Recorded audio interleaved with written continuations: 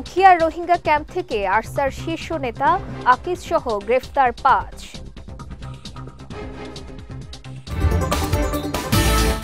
এবং মহৎভাবে বাঁচতে সংস্কৃতি চর্চার বিকল্প নেই বললেন আজম ও নাসির উদ্দিন।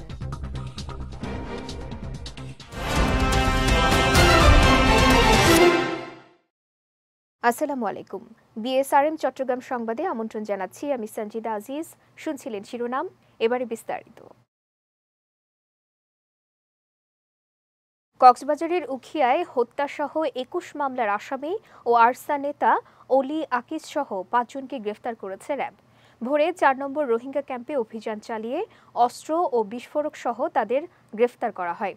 দুপুরে এক প্রেস বিজ্ঞপ্তিতে বিষয়টি নিশ্চিত করেছেন র্যাব ১৫ এর অধিনায়ক lieutenant colonel HM Sajjad Hossain. তিনি জানান, রোহিঙ্গা ক্যাম্পে অস্থিতিশীল পরিস্থিতি সৃষ্টির লক্ষ্যে আরসার সন্ত্রাসীরা অবস্থান করছে এমন সংবাদের ভিত্তিতে অভিযান পরিচালনা করে র্যাব। অভিযান চলাকালে রোহিঙ্গা নেতা মাস্টার মহিবুল্লাহ হত্যাকাণ্ডের মূল পরিকল্পনাকারী সহ ৫ জনকে গ্রেফতার করা হয়। এ সময় তাদের কাছ থেকে ৩টি আগ্নেয়াস্ত্র, ১১ রাউন্ড কার্তুজ ও বিস্ফোরক জব্দ করে র্যাব। মহৎভাবে বাঁচতে সংস্কৃতি চর্চার বিকল্প নেই উল্লেখ করে চট্টগ্রাম মহানগর আওয়ামী লীগের সাধারণ সম্পাদক আজম নাসির উদ্দিন বলেছেন, সমাজকে মাদক, সন্ত্রাস ও সাম্প্রদায়িকতা মুক্ত করতে সংস্কৃতি চর্চাকে বেগবান করতে হবে।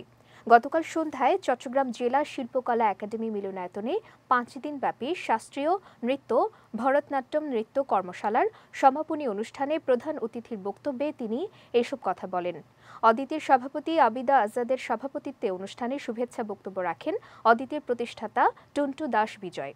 অন্যদিকে আসন্ন ঈদুল আজহা উপলক্ষে নগরীর পাথরঘাটা রাজ এগ্রো ফার্মে পশু বিক্রয় ও প্রদর্শনীর উদ্বোধন করেছেন নগর আওয়ামী লীগের সাধারণ সম্পাদক আজম নাসির উদ্দিন। এ সময় নগর আওয়ামী লীগের সাংগঠনিক সম্পাদক নোমান আল মাহমুদ সহ অনেকে উপস্থিত ছিলেন।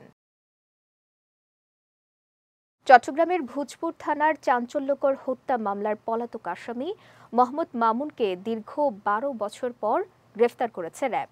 দুপুরে এক প্রেস বিজ্ঞপ্তিতে এ তথ্য জানিয়েছেন র্যাব ৭ চট্টগ্রামের সিনিয়র সহকারী পরিচালক মোহাম্মদ শরীফুল আলম।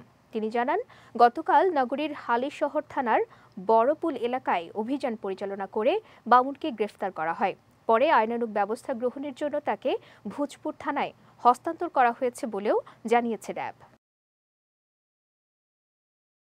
চট্টগ্রামের পাঁচলাইশ থানার পলি হাসপাতালে জন্ম নেয়া যমজ ২ সন্তানকে ৩ লাখ টাকায় দত্তক দিয়ে বিপাকে পড়েছেন স্বামী স্ত্রী। আদালতে শিশু পাচারের অভিযোগে স্বামীসহ দত্তক নেয়া নারীর বিরুদ্ধে মামলা করেন ভুক্তভোগী মা মুন্নি আক্তার। পরে police bureau of investigation PBI এর মেট্রো পুলিশ যমজ ২ শিশুকে উদ্ধার করে হেফাজতে নেয়। গত ৮ জুন চট্টগ্রাম জেলার রাঙ্গুনিয়া রাজানগর ইউনিয়নের BA মাস্টার বাড়ি থেকে ভিকটিম শিশু রায়ানকে ও ফাহমিদাকে বায়েজিদ বোস্তামি থানার অক্সিজেন এলাকা থেকে উদ্ধার করা হয়। যমজ ২ শিশুর বয়স মাত্র ৫ মাস ৫ দিন। মামলার তদন্তকারী কর্মকর্তা মোহাম্মদ শাহিদুল্লাহ জানান, স্বামী স্ত্রী মিলে স্ট্যাম্প করে যমজ সন্তানদের বিক্রি করেন। কিছুদিন পর বিক্রির টাকা থেকে ৫,০০০ টাকা দাবি করেন স্বামী। তবে ৫,০০০ টাকা না দেয়ায় বাসায় গিয়ে মারধর করে স্ত্রীর থেকে ১,৫০,০০০ টাকা ছিনিয়ে নেয় স্বামী। এ ঘটনায় স্ত্রী ক্ষিপ্ত হয়ে মানব পাচার অপরাধ দমন ট্রাইব্যুনালে একটি মামলা দায়ের করেন।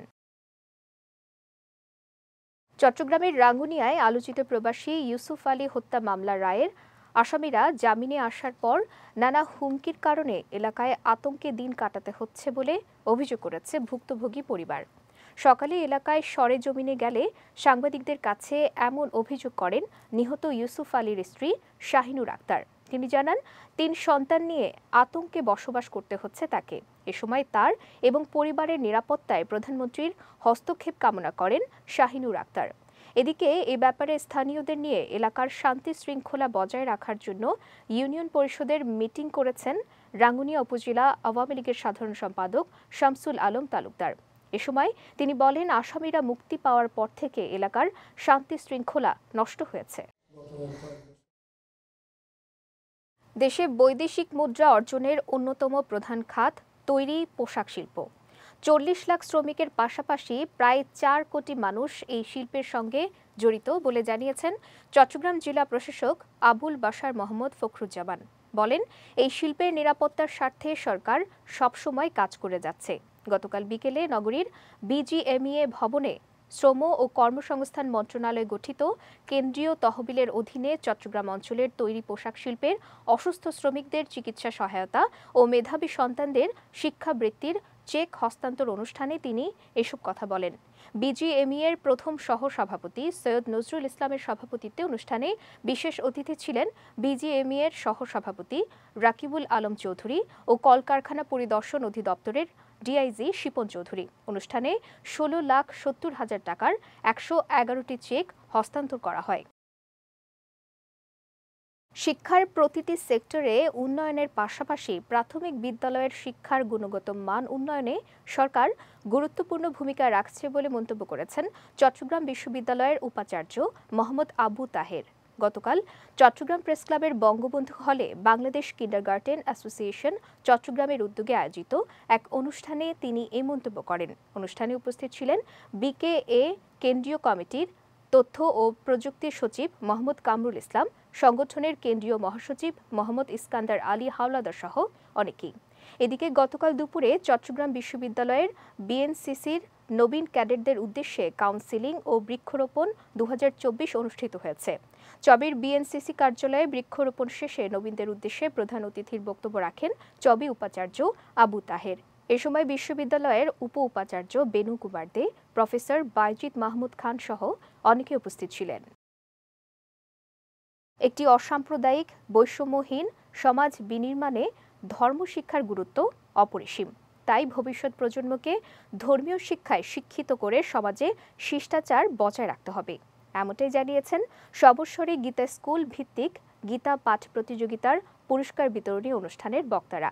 গতকাল লোহাগাড়ার পদুয়া কেন্দ্রীয় শ্রী শ্রী হরি মন্দির কমপ্লেক্সে এর আয়োজন করা হয়। বাগেশীত পদুয়া ইউনিয়ন সংসদের সভাপতি শ্রী বাপ্পা দাসের সভাপতিত্বে অনুষ্ঠানে প্রধান অতিথি ছিলেন SND মজুমদার ফাউন্ডেশন ট্রাস্টের চেয়ারম্যান শ্রী দিলীপ কুমার মজুমদার সহ অনেকে। পরে বিভিন্ন ধর্মীয় প্রতিযোগিতায় শিক্ষার্থীদের মাঝে প্রায় ১ লাখ টাকার পুরস্কার বিতরণ করা হয়। বিদেশ ফেরত নারী অভিবাসী ও পরিবারের সদস্যদের অধিকার এবং সুরক্ষাকল্পে সংশ্লিষ্ট অংশীজনদের দক্ষতা উন্নয়ন কর্মশালা অনুষ্ঠিত হয়েছে। গতকাল নগরীর জিএসসি মোড়ে একটি রেস্টুরেন্টে প্রত্যাশা ২ প্রকল্প ব্র্যাক মাইগ্রেশন প্রোগ্রামের উদ্যোগে এ আয়োজন করা হয়। চট্টগ্রাম ব্র্যাক জেলা সমন্বয়ক ইনামুল হাসানের সভাপতিত্বে কর্মশালায় চট্টগ্রাম জেলা কর্মসংস্থান ও জনশক্তি অফিস, চট্টগ্রামের সহকারী পরিচালক মোহাম্মদ আলী সহ অনেকে উপস্থিত ছিলেন। চট্টগ্রাম সংবাদ শেষ করার আগে শিরোনামগুলো দেখে নিচ্ছি আরও একবার।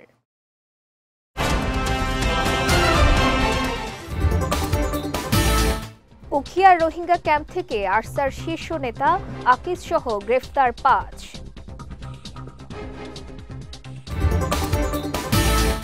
এবং মহৎভাবে বাঁচতে সংস্কৃতি চর্চার বিকল্প নেই বললেন আজম ও নাসির উদ্দিন।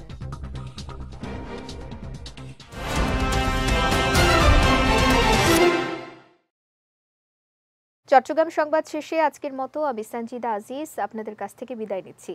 রাত ৯টায় আমাদের পরবর্তী বিজয় রাতের সংবাদ দেখার আমন্ত্রণ রইল। এছাড়াও আজকের চট্টগ্রাম সংবাদের ভিডিও দেখতে পারেন আমাদের ইউটিউব এবং ফেসবুক পেজে। আমাদের ইউটিউব হলো youtube.com/bijoytv official এবং আমাদের ফেসবুক পেজ হলো facebook.com/bijoytv limited। এতক্ষণ সঙ্গে থাকার জন্য ধন্যবাদ সবাইকে।